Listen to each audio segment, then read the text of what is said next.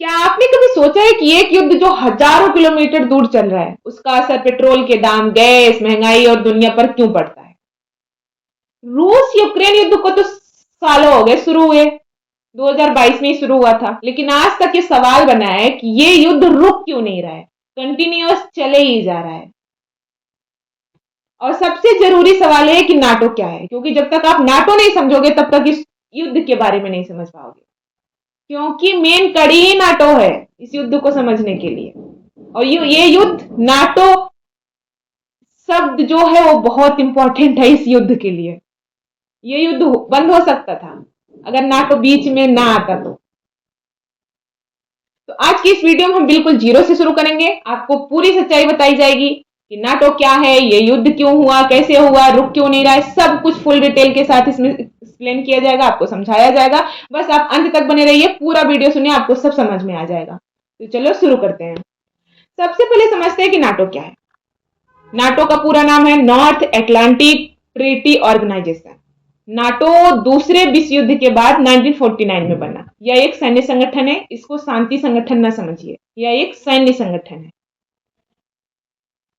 सैन्य संगठन ऐसे है, अगर नाटो के किसी एक देश पे हमला किया जाता है तो नाटो के सभी देश मिलकर उस दूसरे देश पर हमला करते हैं।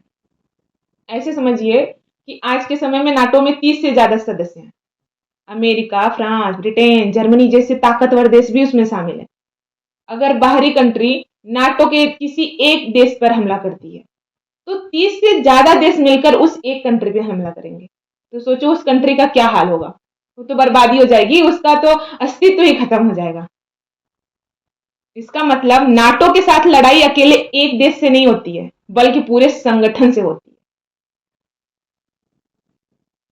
कोल्ड वार के समय एक तरफ नाटो था, पश्चिमी देश थे जिसमें, और दूसरी तरफ सोवियत यूनियन था, जिसका आज का रूप रसिया है। सोवियत यूनियन तो टूट गया, जिससे यूक्रेन अलग हो गया और सारी कंट्रियां अलग हो गई, बट नाटो खत्म नहीं हुआ, बल्कि नाटो धीरे धीरे रूस की सीमा की ओर बढ़ता चला गया। यही बात रूस को सबसे ज्यादा परेशान करती है, क्योंकि रूस हमेशा नाटो का अपना दुश्मन माना है। कोई भी देश अपने जस्ट बॉर्डर पे अपने दुश्मन को रखना नहीं चाहेगी। यूक्रेन भौगोलिक रूप से, फिजिकल रूप से रूस और नाटो दोनों के बीच में है।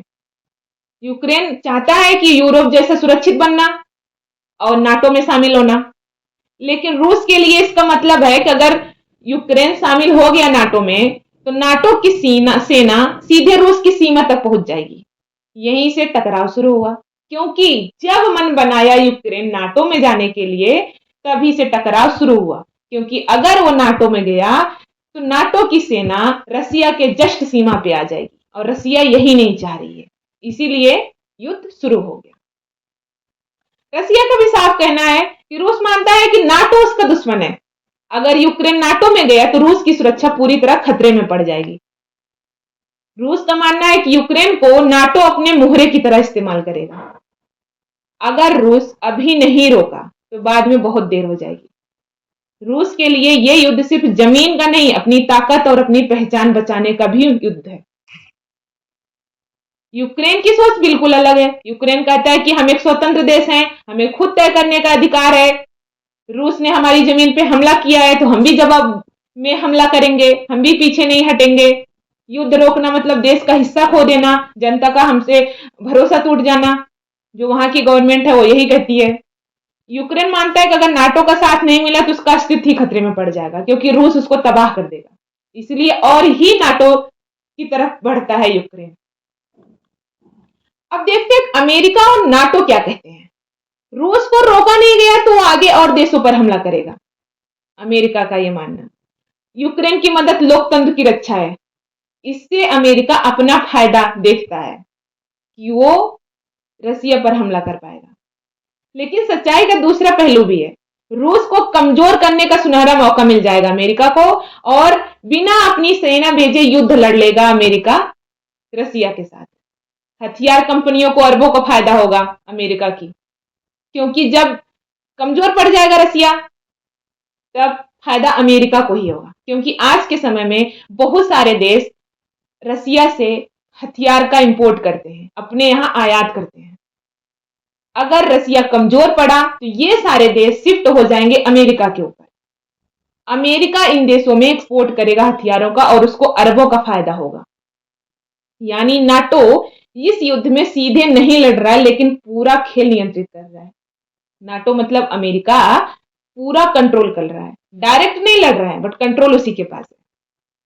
यूरोप के देश रूस की गैस पर निर्भर हैं, अमेरिका के दबाव में, महंगाई और जनता के गुस्से से भी परेशान है, क्योंकि यूरोप के देशों पे अमेरिका का भी दबाव है। वहां पे महंगाई बढ़ रही है, जनता का गुस्सा भी फूट रहा है। यूरोप चाहता है कि युद्ध खत्म हो, लेकिन खुद फैसला लेने की स्थिति में नहीं है, क्योंकि अमेरिका उनको कंट्रोल कर रहा है।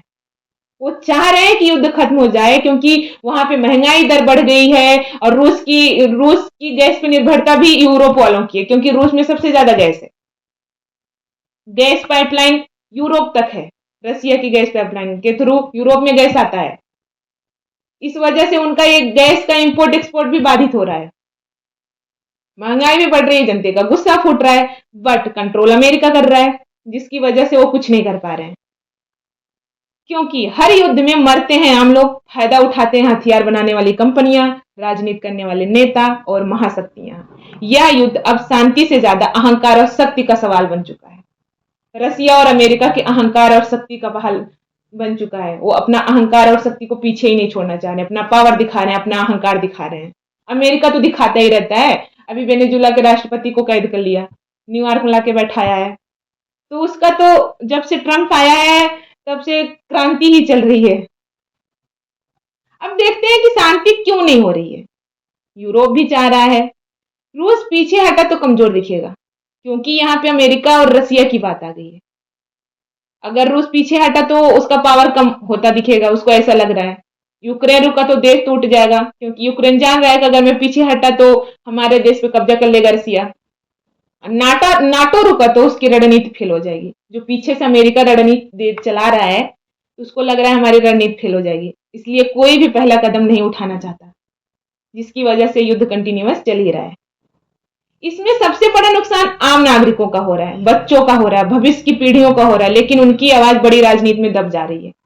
यूक्रेन में जो हाल हुआ, लोग अपने घर से बेघर हो गए, कितने बच्चों का जीवन उजड़ गया, कितने लोग मारे गए, बट बड़ी बड़ी राजनीतियां चल रही है। अमेरिका जैसी कंट्री इन्वॉल्व हो गई है, लोग पावरफुल लोग इसमें इन्वॉल्व हो गए हैं, वो लोग तो अपना सुरक्षित ही बैठे हैं, आम जनता परेशानी भुगत रही है। यही रीजन है